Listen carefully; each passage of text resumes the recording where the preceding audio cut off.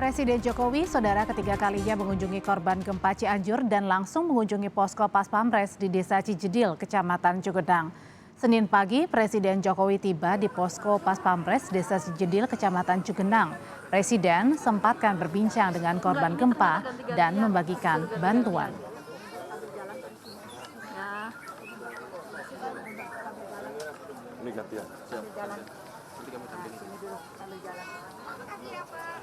Senin paginya, Presiden mengunjungi Pondok Pesantren Darul Falah di Desa Jambu Dipa, Kecamatan Warung Kondang.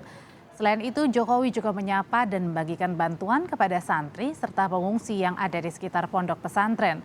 Presiden meninjau proses recovery dan rehabilitasi yang dilakukan pasca gempa Cianjur terjadi.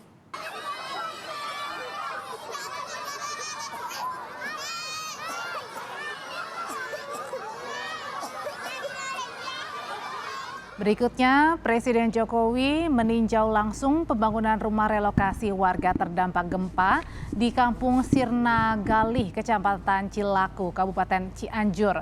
Pemerintah kabupaten menargetkan 200 rumah tahan gempa sebelum Lebaran 2023. 80 unit rumah akan serah terima minggu keempat bulan Desember dan 120 unit rumah akan serah terima pada minggu ketiga bulan Januari 2023. Gimana, Pak?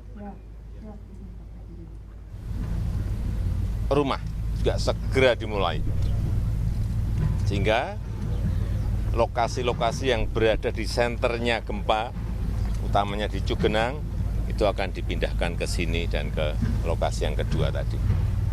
Yang lain dibangun di tempat yang sama dan diberi bantuan 50 juta, 25 juta, dan 10 juta. Itu.